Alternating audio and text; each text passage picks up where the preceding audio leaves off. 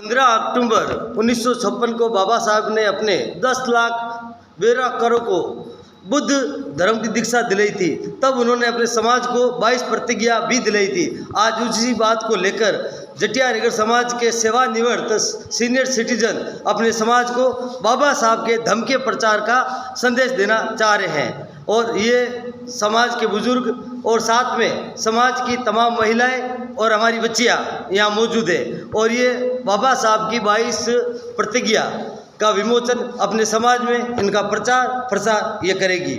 मैं जानना चाहूँगा सीनियर सिटीजन के अध्यक्ष ताराचंद जी साहब से कि सर आप इस धम्म के प्रचार के बारे में कुछ बताएं। नहीं, डॉक्टर अम्बेडकर साहब ने ये कहा था कि मेरा जन्म हिंदू धर्म में हुआ है क्योंकि उसके ऊपर मेरा बस नहीं था, लेकिन हिंदू धर्म में जितनी कुरीतियाँ आ गई है तो मैं मरना नहीं चाहूँगा इस हिंदू धर्म में। इसलिए उन्होंने बौद्ध धर्म ग्रहण किया जो हमारे लोगों के लिए काफ़ी ठीक है, मध्यम रास्ता है। और हम अपने कल्याण के लिए अम्बेडकर साहब की जो प्रतिज्ञाएं दिलाई है उनके ऊपर विश्वास करें, प्रचार प्रसार करें, उससे हमारे समाज का विकास होगा।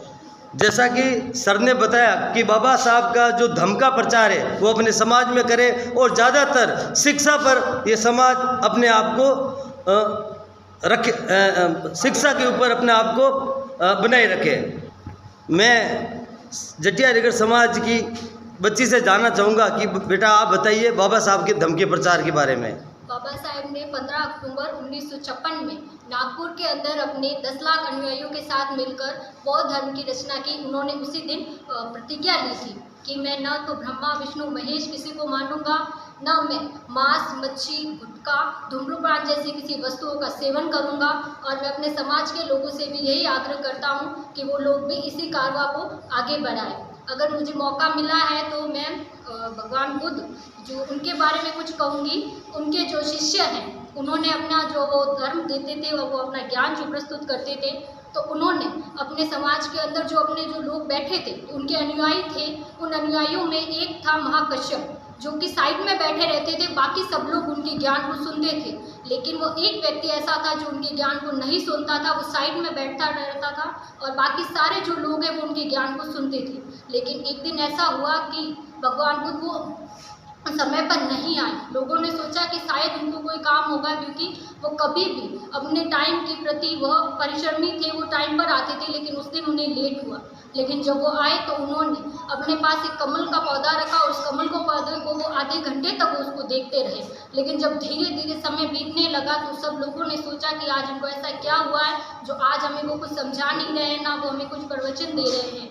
लेकिन जब आगे जाके तब उन्होंने महाकश्यप की हंसने की आवाज़ सुनी थी, जो कभी उसमें बैठा ही नहीं था, जिन्होंने कभी प्रवचन सुने ही नहीं थे, वो उन्होंने उसके हंसने की आवाज़ सुनी। तो उसने देखा कि जब वो हंस रहा था तो वो सिर्फ जो बुद्ध थे उनको देखकर हंस रहा था। उसकी हंसी अति दुर्लभ थी क्योंकि उसने ना कभी कोई प्रवचन सुने थे, बाकी अनुयायी उससे पागल बोलते थे क्योंकि वो कभी आया ही नहीं था उन प्रवचनों को सुनने के लिए। लेकिन जब वो हंस रहा था तब भगवान बुद्ध ने बोला कि जो मैंने अपनी वाणी से जो तुम लोगों को ज्ञान देना था वो मैं दे चुका हूँ, लेकिन एक ज्ञान है जो मैं अपने शब्दों में बयान नहीं कर सकता, वो है शांत मन ध्यान।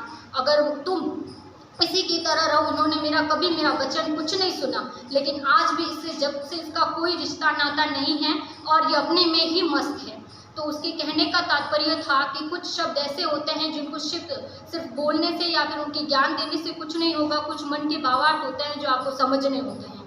लेकिन और बुद्ध का कहना है कि ज़िंदगी के अंदर ऐसा कोई व्यक्ति नहीं है जिसके घर में, जिसके परिवार में, जिसके समाज में दुख ना हो। ऐसे सारे घर है, कोई इस दुख के समय को जी रहा है, कोई इस दुख के समय को आगे जिएगा और किसी ने इस दुख के समय को जी लिया है। तो ऐसा कोई व्यक्ति नहीं है जिसके पास दुख नहीं हो। हर व्यक्ति अपनी किसी न किसी चिंता से दुखी है और कोई न कोई आगे आकर उस चिंता को दुखी करने वाला है, या फिर उसको जानेगा या फिर उसे पहचानेगा। सबके जीवन में यह समय ज़रूर आता है। उनका कहना है कि आप जब भी आए तो आपका जीवन ऐसा बने कि लोग आपको मरने के बाद भी आपको याद करें। और उनका सर्वप्रथम शीर्षक डॉक्टर भीमराव अम्बेडकर थे। मैं अपने शब्दों को यही विराम देती हूँ। धन्यवाद। बहुत बहुत धन्यवाद। जैसा कि बच्ची ने बताया कि बाबा साहब का जो संदेश है समता समानता का, जो मनुष्य को मनुष्य से प्रेम करना सिखाता है, आप मेरे YouTube चैनल को ज़्यादा से ज़्यादा लाइक करें। मैं रमेश बडेरा, बाड़मेर।